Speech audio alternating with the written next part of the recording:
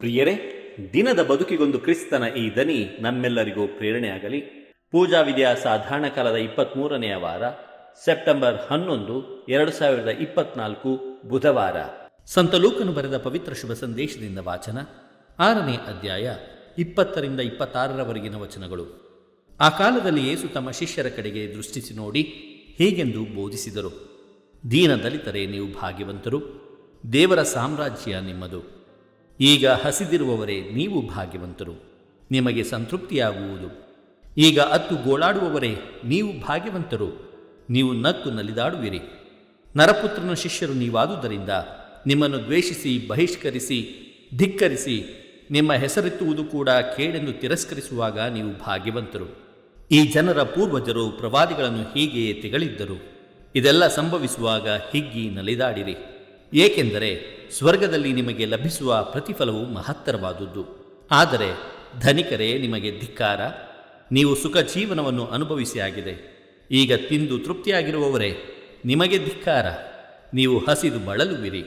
ಈಗ ನಕ್ಕು ನಲಿದಾಡುವವರೇ, ನಿಮಗೆ ಧಿಕ್ಕಾರ, ನೀವು ದುಃಖಿಸಿ ಗೋಳಾಡುವಿರಿ. ಜನರೆಲ್ಲರಿಂದ ಹೊಗಳಿಸಿಕೊಳ್ಳುವಾಗ ನಿಮಗೆ ಧಿಕ್ಕಾರ. ಕಪಟ ಪ್ರವಾದಿಗಳು ಈ ಜನರ ಪೂರ್ವಜರಿಂದ ಹೀಗೆ ಹೊಗಳಿಸಿಕೊಂಡಿದ್ದರು.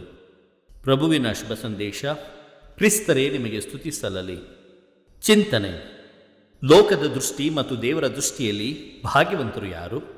ಪ್ರಭು ಯೇಸು ಕ್ರಿಸ್ತರಲ್ಲಿ ಆತ್ಮೀಯರೇ, ಲೋಕದ ದೃಷ್ಟಿಯಲ್ಲಿ ಶ್ರೀಮಂತರು ಭಾಗ್ಯವಂತರು. ಆದರೆ ಯೇಸು ಪ್ರಭು ದೀನದಲಿತರೇ, ನೀವು ಭಾಗ್ಯವಂತರು, ದೇವರ ಸಾಮ್ರಾಜ್ಯ ಅವರದು ಎಂದು ಹೇಳುತ್ತಾರೆ. ಇಷ್ಟೇ ಅಲ್ಲ, ಸಮಾಜದಿಂದ ಯಾರೆಲ್ಲ ಬಹಿಷ್ಕೃತರಾಗಿದ್ದಾರೋ ಅವರನ್ನು ಯೇಸು ಕೊಂಡಾಡುತ್ತಾರೆ. ಜನರು ದ್ವೇಷಿಸಿ, ಬಹಿಷ್ಕರಿಸಿ, ಧಿಕ್ಕರಿಸಿ, ಹೆಸರೆತ್ತುವುದು ಕೇಡೆಂದು ತಿರಸ್ಕರಿಸಲ್ಪಟ್ಟಾಗ ಸಂತೋಷದಿಂದಿರಿ, ಸ್ವರ್ಗದಲ್ಲಿ ಪ್ರತಿಫಲವು ಸಿಗುವುದು ಎನ್ನುತ್ತಾರೆ. ಆತ್ಮೀಯರೇ, ನಾವೆಲ್ಲರೂ ಮಹೋನ್ನತ ದೇವರ ಮಕ್ಕಳು. ಆದುದರಿಂದ ನಮ್ಮ ತಂದೆಯಾದ ದೇವರಂತೆ ನಾವು ಕೂಡ ದಯಾವಂತರಾಗಿರಬೇಕು, ಒಳ್ಳೆಯವರಾಗಿ ಬೆಳೆಯಬೇಕು. ದೇವರ ಒಳ್ಳೆಯತನ ನಮ್ಮಲ್ಲಿ ಪ್ರತಿಬಿಂಬವಾದಾಗ ಮಾತ್ರ ನಮ್ಮ ಕ್ರೈಸ್ತಿಯ ಜೀವನಕ್ಕೆ ಒಂದು ಅರ್ಥ ಬರುತ್ತದೆ. ಸಂತರ ಸ್ಮರಣೆ. ಪ್ರಿಯರೇ, ಇಂದು ನಾವು ಸಂತ ಜಾನ್ ಗಾಬ್ರಿಯೇಲ್ ಫರ್ಬೋಯ್ರೆ ಇವರ ಸ್ಮರಣೆಯನ್ನು ಮಾಡುತ್ತಿದ್ದೇವೆ. ಇವರ ಕಾಲಾವಧಿ 1802ರಿಂದ 1840ರವರೆಗೆ. ಪ್ರಿಯರೇ, ಇವರು ದಕ್ಷಿಣ ಫ್ರಾನ್ಸ್ನ ಮೋಂಟ್ ಜೆಸ್ಟೆಯ ದೈವ ಭಕ್ತ ಕುಟುಂಬದಲ್ಲಿ ಜನಿಸಿದರು. ಇವರ ಕುಟುಂಬದ 3 ವ್ಯಕ್ತಿಗಳು ಸಂತ ವಿನ್ಸೆಂಟ್ ಮಿಷನರೀಸ್ ಹಾಗೂ ಡಾಟರ್ಸ್ ಆಫ್ ಚಾರಿಟಿ ಧಾರ್ಮಿಕ ಸಭೆಗಳ ಸದಸ್ಯರಾಗಿ ತಮ್ಮನ್ನೇ ದೇವರ ಸೇವೆಗೆ ಸಮರ್ಪಿಸಿಕೊಂಡಿದ್ದರು.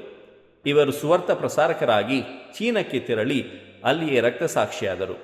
ಇವರನ್ನು ಹುಚ್ಯಾಂಗ್ ಎಂಬಲ್ಲಿ ಶಿಲುಬೆಗೇರಿಸಲಾಯಿತು. ಸಂತ ಜಾನ್ ಗಾಬ್ರಿಯೇಲ್ ಫರ್ಬೋಯ್ರೆರವರೇ, ನಮಗಾಗಿ ಪ್ರಾರ್ಥಿಸಿರಿ.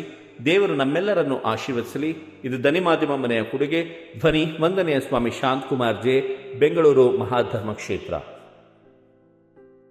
ಪ್ರಿಯರೇ, ಈ ಚಾನೆಲ್ ಅನ್ನು ಸಬ್ಸ್ಕ್ರೈಬ್ ಮಾಡಿ ಪ್ರತಿದಿನ ದೇವರ ವಾಕ್ಯವನ್ನು ಆಲಿಸುತ್ತಾ ಅದನ್ನು ಇತರರೊಂದಿಗೆ ಹಂಚಿಕೊಳ್ಳಲು ನಮಗೆ ನೆರವಾಗಿರಿ. ಧನ್ಯವಾದಗಳು.